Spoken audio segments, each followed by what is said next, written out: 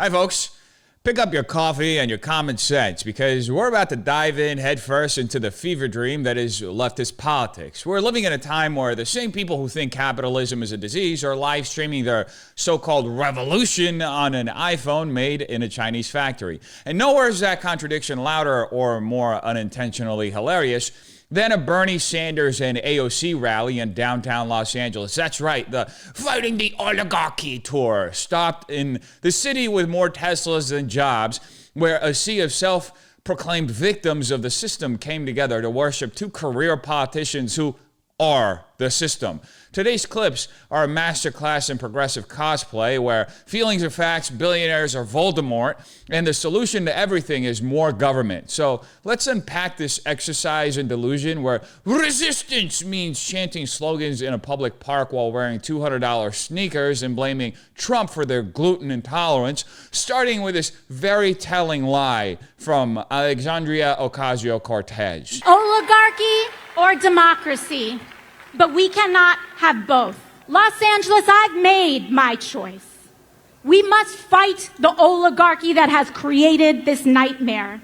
And that is why I have never taken money from lobbyists or corporations, and it's why I never will. Now let's break this down, because when Alexandria Ocasio-Cortez steps on a stage and declares, "I have never taken money from lobbyists or corporations, and it's why I never will," on a Fight the Oligarchy rally, you have two options. Either laugh or check the receipts, and guess what? We did both. Now first, let's get something straight. AOC doesn't just bend the truth here. She folds it, twists it, and stuffs it into a slogan-sized tote bag to sell it back to the crowd as moral purity. The problem: her claims fall apart faster than a subsidized solar panel in a hailstorm. Now let's start with the easy part. She has taken money from lobbyists. According to federal campaign finance records, AOC has received nearly 100 separate donations from registered lobbyists since taking office. This isn't speculative. This is data, cold, hard, inconvenient truth. One of her most consistent donors,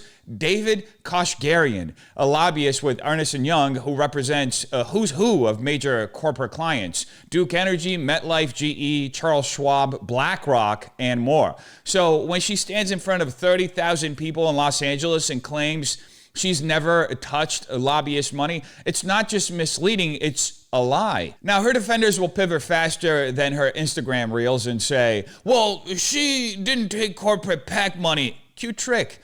But it's also the political version of saying, I didn't buy the cake, I just ate it. See, corporate PACs are just one form of fundraising, but donations from corporate lobbyists and employees of corporations, still very legal, still very influential, and still under FEC filings. According to Open Secrets, top contributors to her campaign include people affiliated with Google, Apple, Meta, Microsoft, Amazon, Intel, Kaiser Permanente, and more. So while the corporate PACs may not be cutting checks directly, the corporation's employees and their lobbyists are sliding into her campaign account like it's Venmo on rent day. And let's not forget her leadership PAC, the Courage to Change, which has made headlines not for its transparency, but for stirring up division within her own party.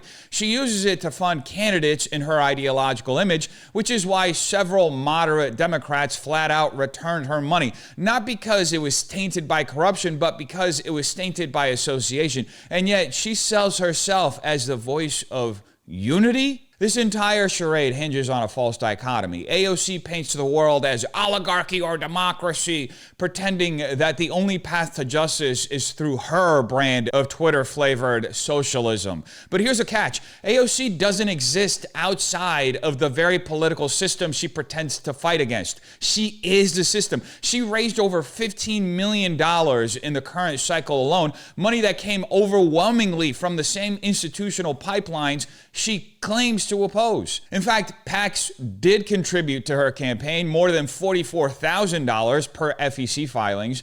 That may be a small percentage, but you don't get to say never when the number isn't actually zero. Even her much hyped small dollar donations don't absolve her. Many of those are funneled through Act Blue, a platform known for pooling money from ideologically aligned, well-organized donors, including dark money networks tied to the same activist industrial complex that runs interference for her online. So let's be clear, what AOC is selling is not transparency, it's pure performance art. She builds her brand on the illusion of moral superiority, waging war against billionaires while collecting checks from lobbyists, tech workers, and political war machines. And when confronted with the facts, she either pretends the definitions don't apply to her or simply stops talking about it altogether. Her last tweet using the word lobbyist, 2022.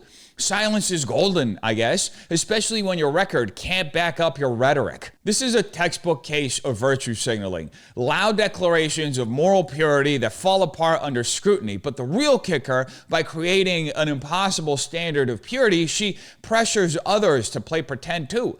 It's not just dishonest, it's corrosive. It feeds a cynical public perception that all politicians are phonies when in fact, some are just a little more obvious about it. So the next time AOC says she's never taken a dime from lobbyists or corporations, remember, she's just counting on you not to check, but we did. And now, you know. And speaking of lies and corruption, next up, America's favorite multi-millionaire Marxist made a surprise cameo at Coachella. That's right, Bernie Sanders took a break from yelling at billionaires to preach socialism to a crowd wearing $600 festival outfits and drinking $18 iced matchas.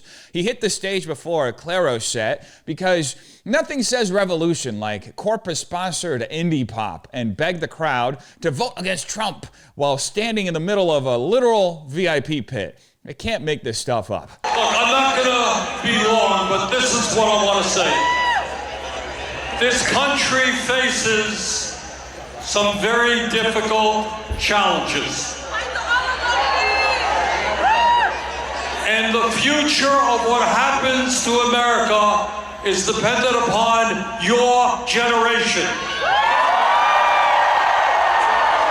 Now you can turn away and you can ignore what goes on, but if you do that, you do it at your own peril. We need you to stand up to fight for justice. To fight for economic justice, social justice, and racial justice. Now we got a president of the United States who,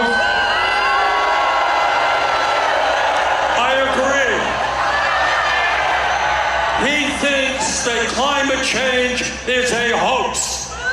It is. He is dangerously wrong. And you and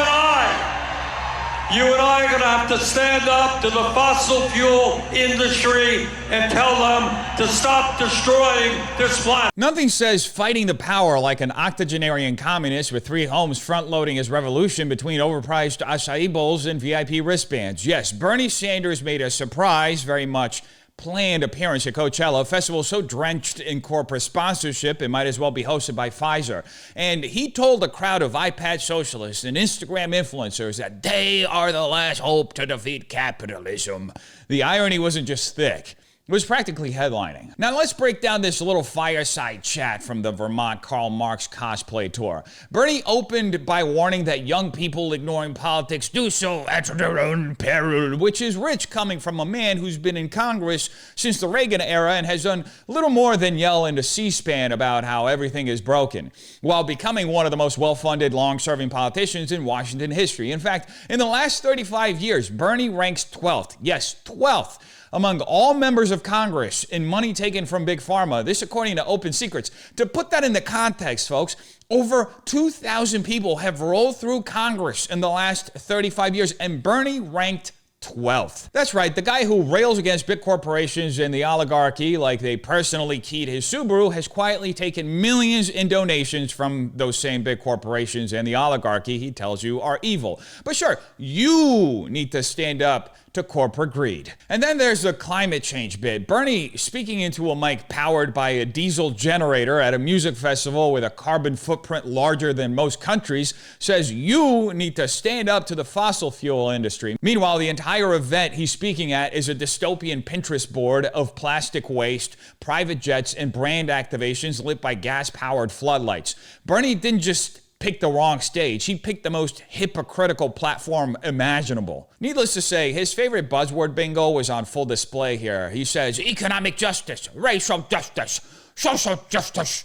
Just vague enough to sound profound and just empty enough to avoid any specifics. This is a classic appeal to emotion where broad moral language is used in place of actual policy. It's rhetoric designed to evoke guilt, urgency, and outrage while conveniently sidestepping the very real contradictions in his own record, because Bernie's entire political career is built on creating problems he never solves.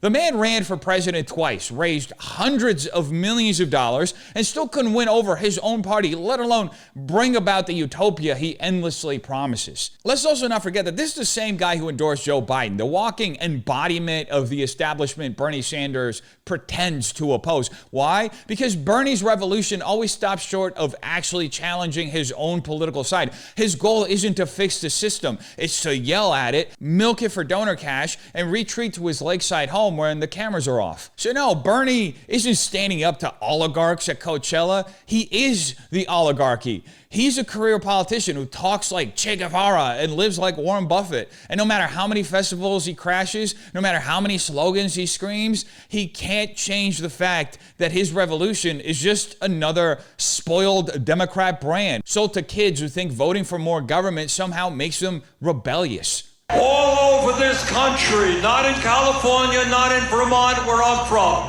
but in Florida, where Maxwell is from, many other states, politicians are trying to take away a woman's right to control her own body. No, they're not. We need you to stand up and fight for women's rights. We have an economy today that is working very well for the billionaire class, but not for working families.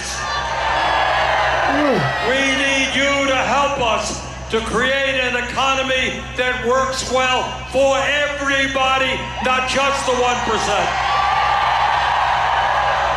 We have a healthcare system that is broken. We are the only major country not to guarantee health care to all people. We need you to stand up to the insurance companies and the drug companies and understand that health care is a human right. Well, Bernie sure had himself a full-blown meltdown at Coachella, huh? And no, not because the organic hummus stand ran out of tahini, I guess. No, this was the usual routine. Red-faced rage, trembling fists, and enough empty slogans to power the solar grid he keeps promising but never builds. It was a predictable buffet of progressive buzzwords served to a crowd more concerned with influencer lighting than national policy. But let's dissect this line by line, because beneath the shouting is a pile of half-truths, logical fallacies, and well-rehearsed political theater that deserves to be torn apart. First up, Bernie dusts off the old abortion panic line, claiming politicians are trying to take away a woman's right to control her own body. Now, aside from the fact that abortion laws vary by state and reflect the constitutional authority returned to them by Dobbs v. Jackson Women's Health Organization, Bernie chooses to frame the entire debate with a classic straw man, pretending that pro-life Americans are simply obsessed with controlling women. No mention, of course, of state democracies, late-term abortion laws, or the scientific debate around fetal viability, a child's right to life. Just blanket moral outrage and zero nuance, because if you scream control over women's body loud enough, you don't have to explain your position on abortion up to birth, or why your own party won't agree on limits. Then comes the economic doom spiral. He says, we have an economy working very well for the millionaire class, but not for the working families. The irony here, Bernie Sanders himself is a millionaire with 3 homes and decades of congressional paychecks under his belt. This is class warfare theater, a tired performance where the millionaire on stage pretends he's just a humble postal worker raging against the billionaire class while raking in donations from tech employees, lobbyists, and yes, big pharma. That's right, Bernie yells about big corporations, but they're padding his campaign's account. So when he tells you the economy is rigged, he should check under his own mattress first. Next, he declares our healthcare system is broken because we don't have universal coverage and shouts that healthcare is a human right. Well, Bernie, rights don't require other people to perform labor on your behalf. That's not a right, that's a service. And this is where he dives headfirst into his appeal to emotion, using moral absolutism to cover up policy failure. Never mind that countries he romanticizes for universal health care have higher taxes, rationed care, longer wait times, and fewer specialists. Never mind that America, flawed as it may be, still leads in medical innovation, cancer survival rates, and breakthrough drug development. But facts don't sell at Coachella, apparently. Slogans do. Also missing from Bernie's speech, any acknowledgement of how Medicare for all would eliminate private insurance, force hospitals into consolidation, and leave rural communities already underserved completely abandoned. Bernie glosses over that because explaining economic trade-offs would bore the crowd and might cut into Claro's set time. You know, the musical performance, which, as we learned from Kamala Harris with most Democrat rallies, is the real reason why people turn out. Needless to say, Bernie's speech was riddled with false dichotomies. Either you support Bernie's policy or you support billionaires. Either you back government-backed healthcare or you want people to die. Either you believe in justice or you're part of the problem. No middle ground, no complexity, no nuance, just division disguised as virtue. Because in Sanders' world, there's only one acceptable answer, and it just happens to require more government, more taxes, more control, and less freedom for you. In reality, Bernie's appearance at Coachella was less a political rally and more of a campaign ad for ignorance, preaching to a crowd of privileged 20-somethings about oppression while standing on a corporate stage in the middle of a desert playground for the rich. His message wasn't revolutionary, it was reheated populism, served lukewarm with a side of hypocrisy. So the next time Bernie grabs a mic to warn about the 1%, just remember, he's been in that top percentile for decades, and he's built his career convincing you he's not. Doubt me? Well, as the saying goes, the internet and video are forever. This great country of ours is moving very rapidly in the direction of oligarchy. The United States of America today is increasingly becoming an oligarchy. More and more moving toward an oligarchy. We are moving in the direction of oligarchy. We will move even more rapidly in the direction of an oligarchy. This great country is evolving into an oligarchic society. It is called oligarchy, and that is the system we are rapidly moving toward. This is a budget that moves our country rapidly into the direction of oligarchy. A handful of billionaires are moving this entire planet toward an oligarchic society. Start off with the bad news, which is pretty bad, and that is that under Donald Trump, this country is hurtling rapidly toward oligarchy. Oh, look, Bernie Sanders has been screaming the same three old tired talking points since the Cold War. This compilation exposes what anyone with ears and internet access has known for decades. Bernie has spent 30 years ranting about America rapidly moving toward oligarchy, not changing strategy, not evolving, just hitting copy-paste on the same doomsday monologue like a broken Marxist jukebox. And let's be real here, Bernie isn't warning us about oligarchy, he's banking on it. This is what professional outreach looks like. The man has made a career out of declaring the end is near while cashing government checks and building a personal net worth that would make your average working class voter faint. He owns 3 homes. One of them is literally a vacation home, which he purchased just after he lost the 2016 primary and funneled millions into a book deal. But sure, tell us again how the billionaires are hoarding all the wealth in America. Now let's talk substance or lack thereof. When Bernie screams oligarchy, what he really means is vote for me so I can give more power to the same government that caused the problems in the first place. Because somehow in Bernie's mind, a country is moving toward oligarchy when private citizens build their own wealth, but not when the federal government collects over $4 trillion a year in your money, prints money like it's monopoly night, and controls every major industry through regulation and subsidies. That's not oligarchy to Bernie. That's justice. Needless to say, this compilation isn't just an expose, it's a highlight reel of stagnation. It shows that in 30 years, Bernie has learned absolutely nothing, changed absolutely nothing, accomplished absolutely nothing, and helped pass what exactly? The man has been in Congress since before some of his voters were even born, and yet somehow every problem is still someone else's fault. So the next time you hear Bernie scream, rant, and rave about the rise of oligarchy, remember, if America truly was heading toward an elite ruling class, he'd be on the board of directors. So ask yourself, how many times can the same man cry wolf before you start questioning whether he ever even saw one? How long will we keep mistaking volume for vision or slogans for solutions? At some point, we have to stop applauding recycled trash outrage and start demanding results. If the people warning us about oligarchy are the ones thriving in it, what does that say about the system or us for buying into it? This isn't just about Bernie Sanders or AOC. It's about a political culture that rewards performative anger over accountability and convinces you that shouting into a megaphone is the same as leading. Maybe it's time we stop getting hypnotized by the noise and start noticing who profits from the panic. You tell me what you think in the comments down below. Have a terrific day. Peace.